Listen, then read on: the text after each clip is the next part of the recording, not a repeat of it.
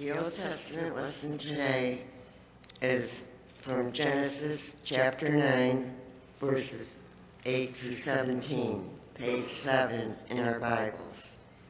Then God said to Noah and to his sons with him, "As for me, I am establishing my covenant with you and your descendants after you, and with every living creature that is with you, the birds, the domestic animals, and every animal of the earth with you, as many as came out of the ark.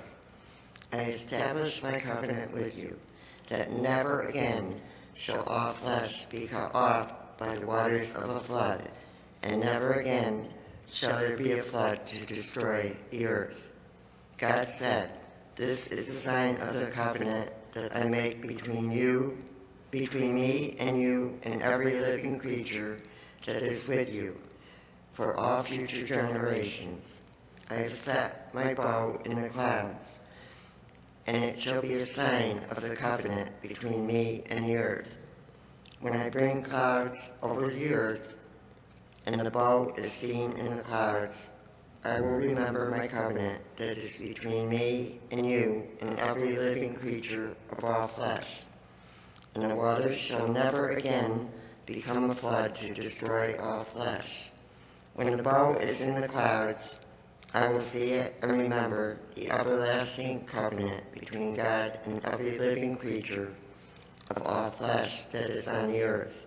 God said to Noah, "This is the sign of the covenant that I have established between me and all flesh that is on the earth."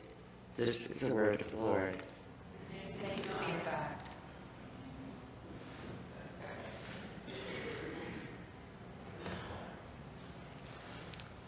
One might think that in light of this past week's horrific events, and this being the very first Sunday of Lent, that the theme today would be something like, "Why do we keep on sinning?" But instead, I feel it is a reminder of how great God's love is. As we enter this holy season, we consider things like penance, self-denial, emptiness, and remorse. But ever since Ash Wednesday / Valentine's Day, and the slaughter of 17 at Marjory Stoneman Douglas High School, most of which were students, I don't know about you, but I am in such need of God's love and mercy. Now, if you were to back up a little bit in Genesis and read the story leading up to the great flood, you would discover that Noah and God had a long-standing relationship. In chapter 6, it tells us Noah was a righteous man who was blameless in his generation, and he walked with God. While he was such a good man, the earth that he lived on was corrupt in God's sight and filled with violence.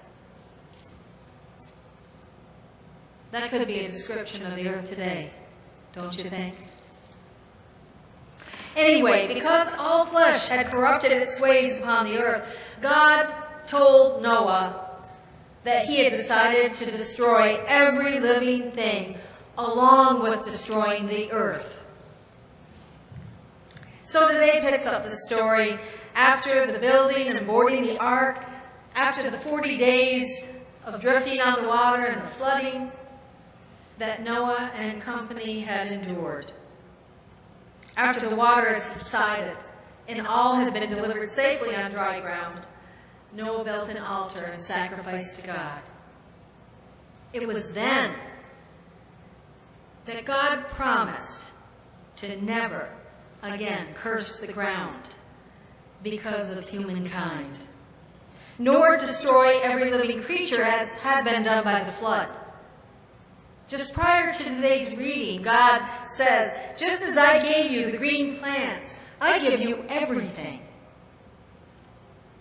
Only, so we know this is something important, only, this is all God is asking, "You shall not eat flesh with its life," that is, its blood.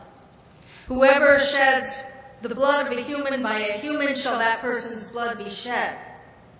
For in his own image, God made humankind. In God's image.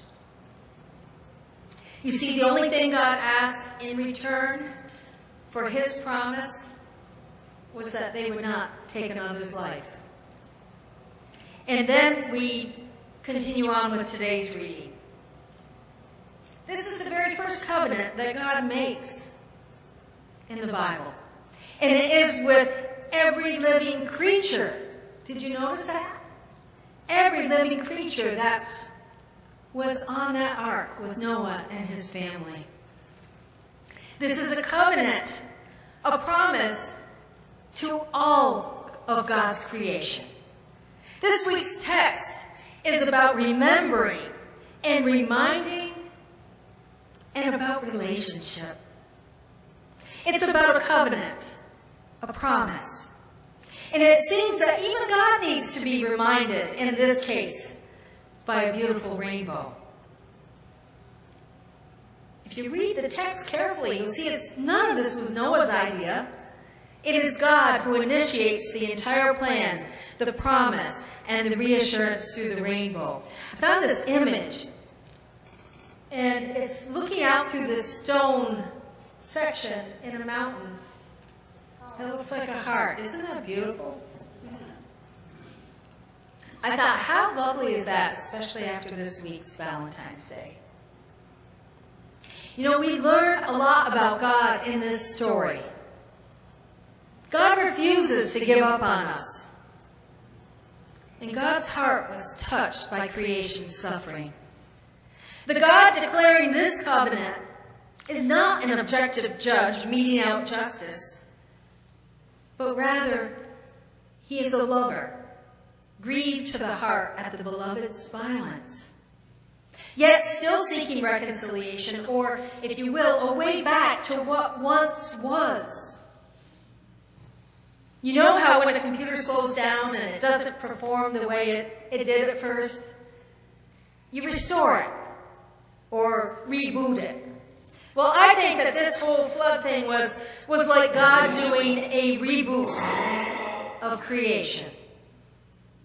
If you look back at the very beginning of Genesis, at the very first creation story, you'll find that there's nothing but light and darkness. And then water. But it was just water all over the place. It was the third day before dry land appeared. So as I thought about the great flood, I realized that with the waters came restoration. God was rebooting or redoing creation in a sense. Right back to the beginning. It wasn't so much that he was destroying things. He was recreating things. How often have we seen something go so wrong and we long for the chance to do it over again? Well, Yahweh does just that. He can. Because he's the creator. After the waters dissipate and God gives life a chance to begin again, it was then that God also realizes the moral complexity of human creatures and concedes that even the waters of the flood cannot make amends. As the Creator reestablishes the rhythm of creation as it was in the beginning, remember how he said he looked upon it and he said, "It's good." As he reestablishes what there was in the very beginning, he also commits to the future. God makes a promise. And in this covenant, he says, never again shall all flesh be cut off by the waters of the flood. And never again shall there be a flood to destroy all the earth. The sign of this promise will be the bow seen in the clouds. God says, when I see the bow in the clouds, I will remember my covenant that is between me and you, and every living creature of all flesh that is on the earth. You know, this is something I had never noticed before. The purpose of the rainbow is to remind God of God's promise. God says, when I bring clouds over the earth and the bow is seen in the clouds, I will remember my covenant that is between me and you and every living creature. And I found myself saying, why the heck does God need a reminder? We know that humanity will forget the covenant all too easily. Throughout Scripture and throughout our personal lives, there is this classic pattern, right? We make a promise to God. We try, but then we fail to keep that promise. We turn to other things, idols. We forget the poor and needy. We forget God's commandments and teaching. And then where do we find ourselves? In one giant mess all over again. And then it goes around again. We repent. We promise God things will be different this time. And then the cycle keeps repeating. But here, today, we're talking about God, the keeper of the covenant. God who is always faithful. But this tells us God needs to be reminded, just as we do. God intended to always remember that the flood brought so much pain and devastation. God wanted to remember always how precious life is. Otherwise, he would not have made that one stipulation.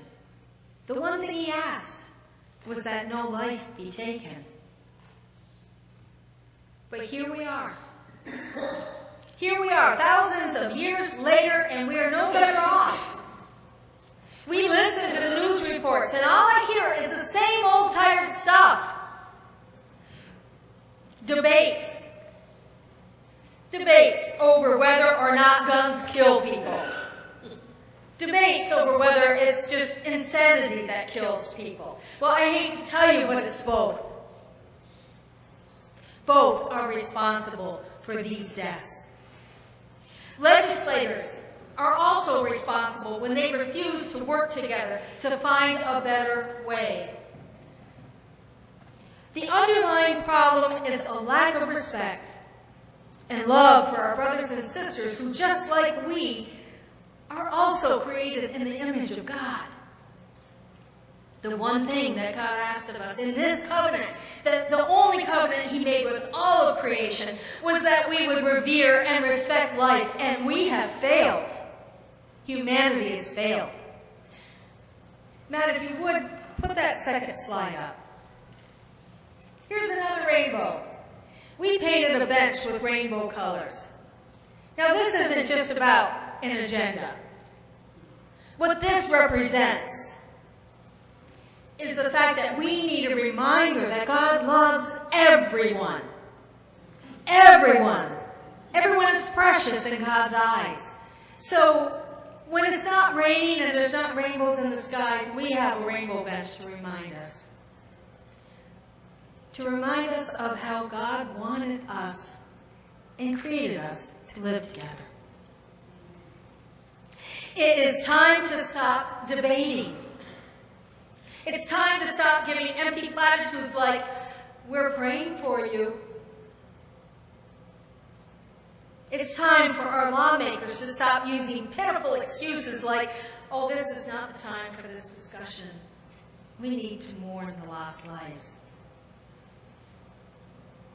We could learn a lot from those young people in Florida. Every one of them says the time is now to talk about it.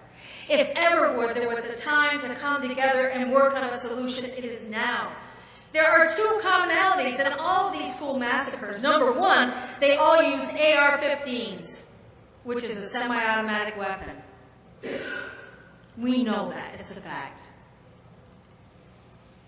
And in Florida, guess what? It's easier to buy those than it is to buy a handgun. We're not talking about individuals who want to protect themselves and their families. I'm always filling out forms for people who want to purchase a handgun. That's one thing. But But if people had to go through the same strict forms and submit them to the authorities to buy one of these weapons, wow, what a difference it would make, huh?